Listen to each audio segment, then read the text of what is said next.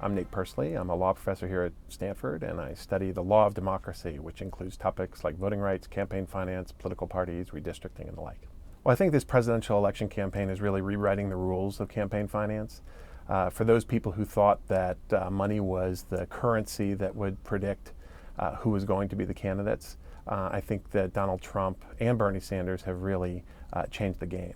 And while the presidential election is unique and isn't necessarily determinative of all elections, we're seeing a lot of new things in this election.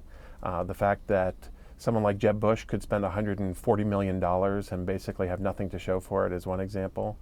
That Donald Trump could spend almost none of his money but get $2 billion worth of free media attention is an unprecedented phenomenon.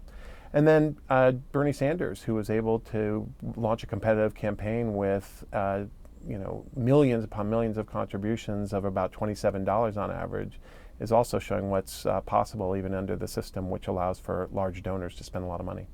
I think what we're learning is that in the new media environment, that money is important, but it's not the be-all and end-all of politics, and that someone who has large name recognition and a Twitter account can compete with the best of them, that the old models of raising money from rich donors and even new types of entities like super PACs are not necessarily going to guarantee a win in an election. Right now, candidates are asking for new rules to be written regarding campaign finance, to limit the amount of money that people can give, or whether certain institutions like corporations are able to spend money at all.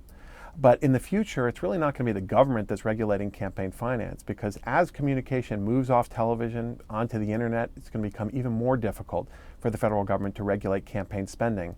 And it's going to be the new institutions, the new platforms like Twitter, Facebook, Google, and the like, who are going to be the main regulators of political communication as their terms of service really become what would be the soft law of campaign finance. I think given the tenor of the Democratic campaign this time around, that there is going to be increasing interest in campaign finance reform. But the question is whether Democrats and Republicans can really agree on what the problem is and how to address it.